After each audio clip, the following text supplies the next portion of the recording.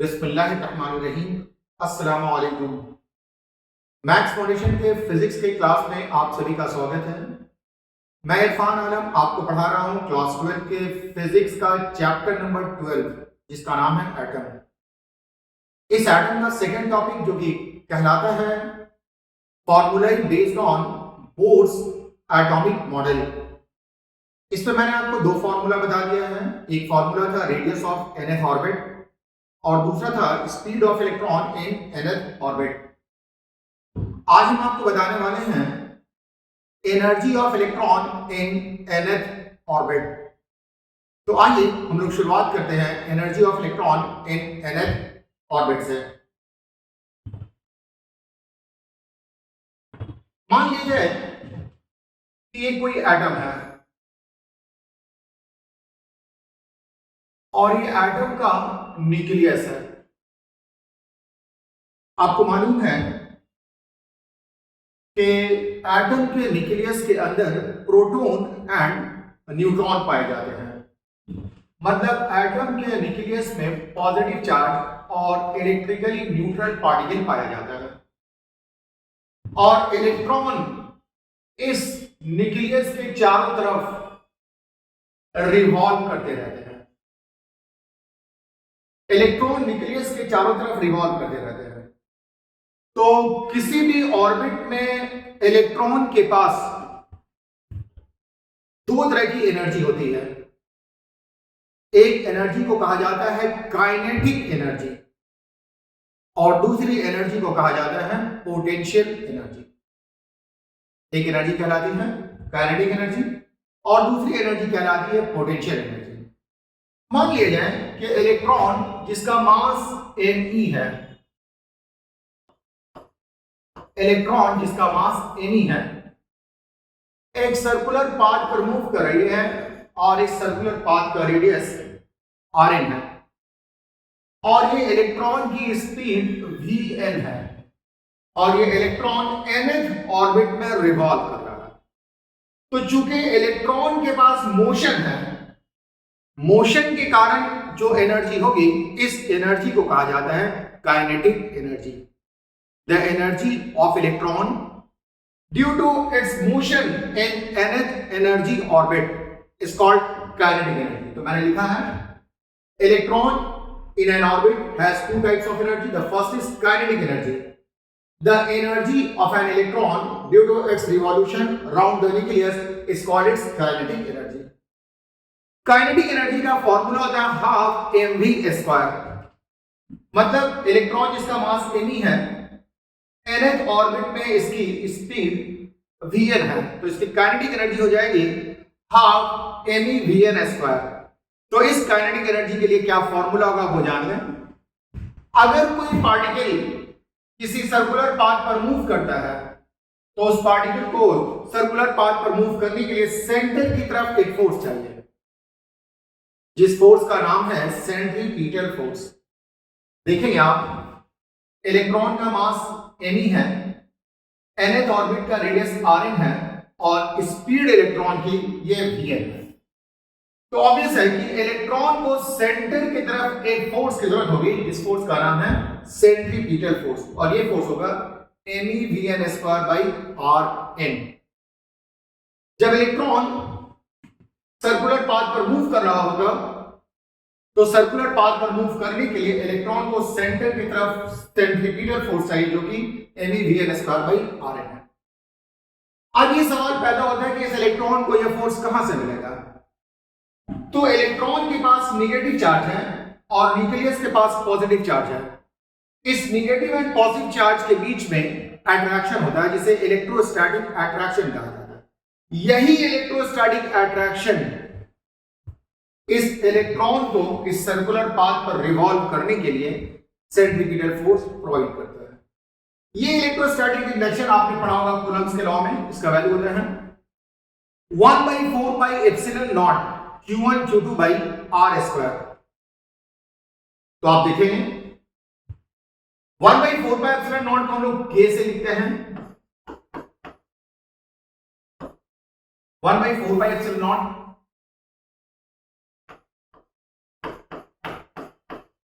इसको K से लिखा जाता है, तो ये K है। Q1 न्यूक्लियस के अंदर जो चार्ज है ये Q1 है और ये चार्ज Ze हो जाएगा।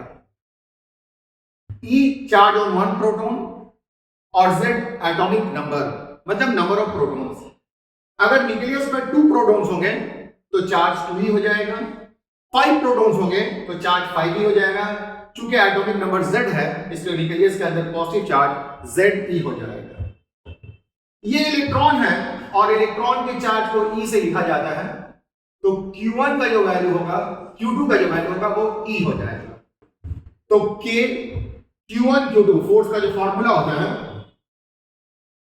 फोर्स का जो फॉर्मूला होता है, ये फॉर्मूला है K Q1 Q2 divided by R square.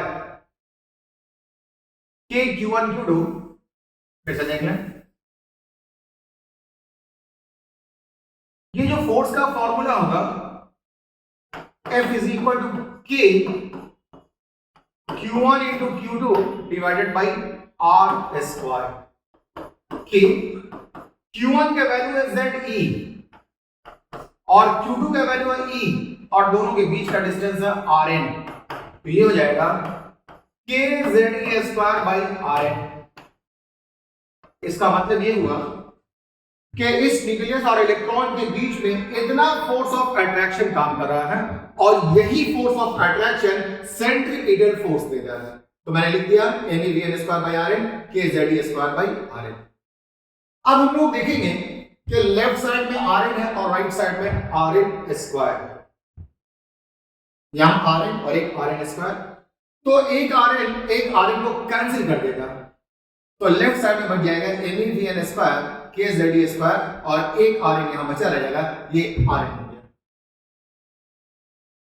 अब हम लोग करेंगे क्या कि दोनों साइड से हाफ से मल्टीप्लाई कर देंगे, तो लेफ्ट साइड में हो जाएगा हाफ MEVN स्क्वायर और ये इधर भी half K Ze square by Rn।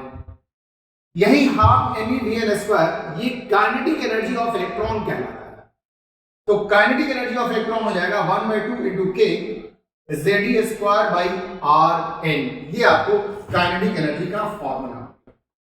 तो अगर इलेक्ट्रॉन nth ऑर्बिट में मूव कर रहा है तो इसकी काइनेटिक एनर्जी हो जाएगी half K Ze square by Rn। ये देख रहे हैं kinetic energy inversely proportional to radius है, मतलब अगर ऑर्बिट बड़ा होगा तो उसकी काइनेटिक एनर्जी कम होगी और ऑर्बिट छोटा होगा तो उसकी काइनेटिक एनर्जी ज्यादा होगी, तो ये इनवर्सली प्रोपोर्शनल। आइए आगे चलते हैं, ये काइनेटिक एनर्जी। अब आप देखेंगे यहां पर न्यूक्लियस और यहां पर इलेक्ट्रॉन है, तो इलेक्ट्रॉन का न्यूक्लियस के पोजीशन के कारण जो एनर्जी होगी इस एनर्जी को कहा जाता है potential energy. The energy of electron due to its position with respect to nucleus. Electron की एनर्जी न्यूक्लियस के पोजीशन के कारण जो होगी इस एनर्जी को कहते हैं potential energy. The energy of electron due to its position with respect to nucleus is called potential energy. तो आइए देखते हैं पोटेंशियल एनर्जी के बारे में।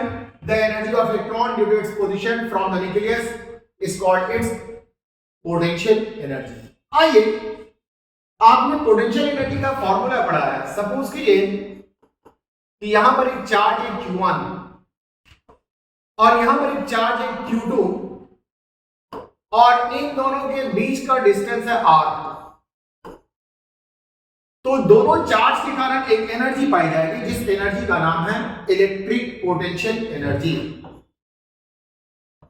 इलेक्ट्रिक पोटेंशियल एनर्जी, और इसका फॉर्मूला होता है K Q1 into Q2 divided by R square, ये इलेक्ट्रिक पोटेंशियल एनर्जी।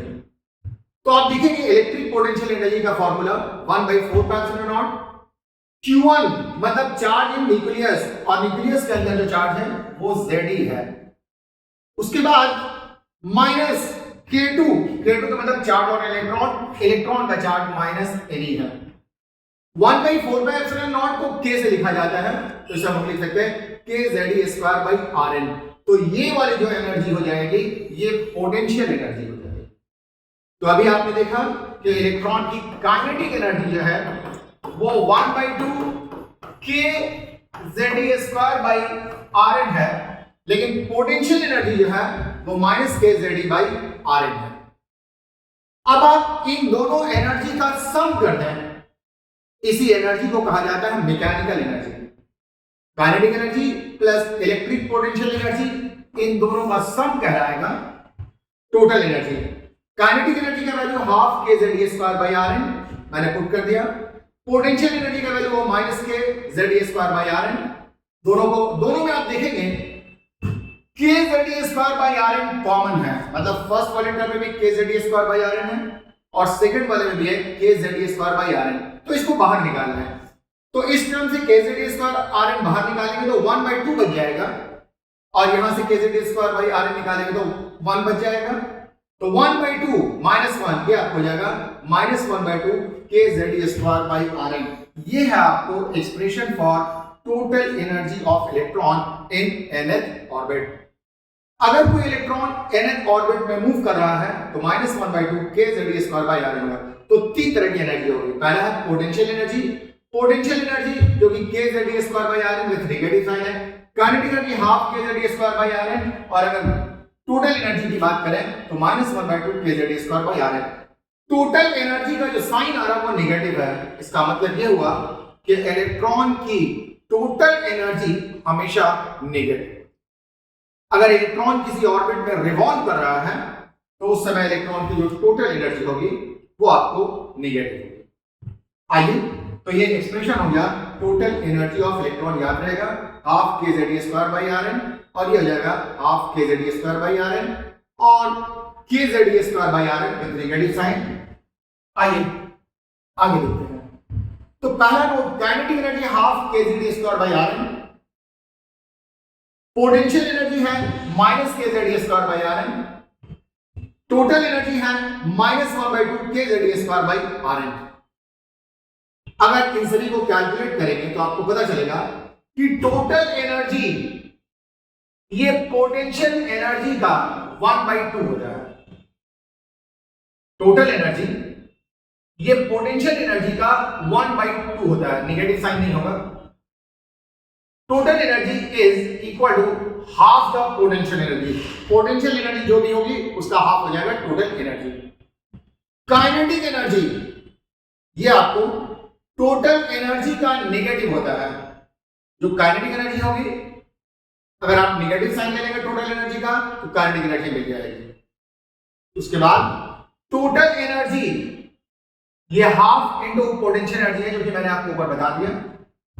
उसके बाद पोटेंशियल एनर्जी ये 2 इंटू टोटल एनर्जी है, इसे क्रॉस मल्टीप्लिकेशन करेंगे तो potential energy is equal to 2 into total energy, और potential energy is equal to हो जाएगा -2 इंटू काइनेटिक एनर्जी। तो इस तरह से आप देख रहे हैं कि टोटल एनर्जी, काइनेटिक एनर्जी और पोटेंशियल एनर्जी में ये रिलेशन होता है। आइए नेक्स्ट चलते हैं। अब हम लोग एक बार फिर से देखते हैं कि nth ऑर्बिट में इलेक्ट्रॉन की एनर्जी का क्या फॉर्मूला होता है। तो अभी हम लोगों ने फॉर्मूला निकाला, E n is equal to -1/2 K ZD square by Rn, और Rn जो कि रेडियस ऑफ nth ऑर्बिट है, ये हम लोग पहले से मालूम कर चुके हैं। Rn का फॉर्मूला होता है n square by z into h square by 4 pi k n into e square. ये रेडियस ऑफ nth ऑर्बिट का फॉर्मूला है जो हम लोग ऑलरेडी पहले से मालूम कर चुके हैं। अब आप यहां पर Rn का वैल्यू पुट कर देंगे। Rn का वैल्यू है n square by z into h square by 4 pi square k n into e square. इसे आप सिंप्लीफाई करेंगे तो ये उल्टा हो जाएगा, मतलब ये डिनोमिनेटर न्यूमरेटर पे चला जाएगा और न्यूमरेटर डिनोमिनेटर पे चला जाएगा। -1/2 पहले से था, उसके बाद k ZD स्क्वायर है, ये z 4 पाई square k n into e square ये न्यूमरेटर हो जाएगा, और n स्क्वायर h स्क्वायर ये डिनोमिनेटर में आ जाएगा। अब आप एक जगह कर लें, 4 पाई स्क्वायर, यहां भी k है और यहां भी k है, k और k मिलकर हो जाएगा k स्क्वायर।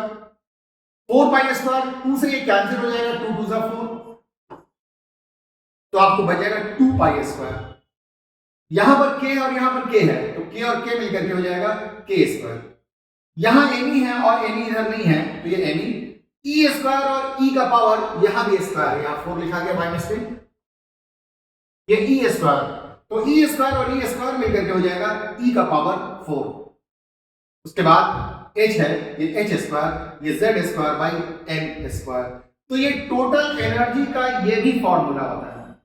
एक तो फॉर्मूला वहां पर आया था -1/2 kZe स्क्वायर बाई Rn, और उसी फॉर्मूला से आप ये फॉर्मूला निकाल सकते हैं En is equal to -2 pi square k square by Ne into e का power 4 h square into z square by n square. ये आपको nth ऑर्बिट का फॉर्मूला है। अगर हम लोगों को रेडबर्ग फॉर्मूला निकालना हो तो एनर्जी इन nth ऑर्बिट का ये फॉर्मूला जानना होगा, ये फॉर्म में जानना होगा। तो आइए हम लोग रेडबर्ग फॉर्मूला निकाल करके देखते हैं। लिखा हुआ है according to Bohr's frequency condition if an electron jump from higher energy orbit to lower energy orbit energy is emitted. Suppose कीजिए कि ये न्यूक्लियस है, यहां पर एक ऑर्बिट है और यहां पर दूसरा ऑर्बिट है। न्यूक्लियस से जितना ज्यादा दूर होगा ऑर्बिट उसकी एनर्जी उतनी ज्यादा होगी और वो ऑर्बिट हायर एनर्जी ऑर्बिट कहलाएगा। तो ये वाला जो ऑर्बिट है ये हायर एनर्जी ऑर्बिट है। ये जो ऑर्बिट होगा हायर एनर्जी ऑर्बिट, लेकिन जो न्यूक्लियस के करीब होगा वो कहलाता है लोअर एनर्जी ऑर्बिट। तो ये जो ऑर्बिट हो जाएगा वो है लोअर एनर्जी ऑर्बिट। जब कोई इलेक्ट्रॉन हायर एनर्जी ऑर्बिट से लोअर एनर्जी ऑर्बिट में जंप करता है तो एनर्जी रिलीज होती है। मान लीजिए कि इलेक्ट्रॉन यहां से यहां आया है तो यहां से एनर्जी रिलीज होगी और इस एनर्जी को डेल्टा ई से लिखा जाता है, डेल्टा ई। और ये जो एनर्जी होती है वो इलेक्ट्रॉन की इस ऑर्बिट और इस ऑर्बिट में जो एनर्जी का डिफरेंस होता है यही इस एनर्जी के बराबर होगी। तो बोर्ड्स का कहना है कि जब कोई इलेक्ट्रॉन हायर एनर्जी ऑर्बिट से लोअर एनर्जी ऑर्बिट में जंप करता है तो एनर्जी एमिट होता है और ये emitted energy difference of energy of two orbits होती है। तो यहां पर डेल्टा ई दिखाया गया, E initial minus E final, E I का मतलब हुआ energy of electron in initial orbit और ई एफ का मतलब हुआ energy of electron in final orbit. पहले इलेक्ट्रॉन यहां पर था और अब यहां पर आ गया। अब आप फॉर्मूला जानते हैं एनर्जी का, ये होता है -2 pi square k square A B का पावर 4 h स्क्वायर, ये h स्क्वायर है, z square by n I square, ये होगा। ये इनिशियल एनर्जी है और ये फाइनल एनर्जी हो जाएगी -2 pi square k square A B का power 4 h square into z square by n e square f। n I initial energy orbit और n f है फाइनल एनर्जी ऑर्बिट। अब आप देखेंगे, सिंपलीफाई करेंगे, h न्यू आपने पढ़ा है फ्रीक्वेंसी का फॉर्मूला। फ्रीक्वेंसी का फॉर्मूला होता है c डिवाइडेड बाई लैम्डा। मतलब स्पीड ऑफ लाइट को अगर हम लोग वेवलेंथ से मल्टीप्लाई करते हैं तो हम लोगों को फ्रीक्वेंसी मिल जाएगा। h न्यू था, एनर्जी डिफरेंस h न्यू है, E जिसे h न्यू से लिखा जाता है, h प्लैंक्स कांस्टेंट है। अब आप न्यू के बदले में c बाई लैम्डा यूज कर सकते हैं, क्योंकि c को लैम्डा से डिवाइड करेंगे तो फ्रीक्वेंसी मिलेगी, तो फ्रीक्वेंसी के लिए c बाई लैम्डा है। ये -2 pi square k square A B का पावर 4, ये ए बी है डिवाइडेड बाई h स्क्वायर। ये माइनस से टू माइनस में प्लस हो जाएगा 2 pi square k square A B का power 4 h square z square divided by n f का स्क्वायर है।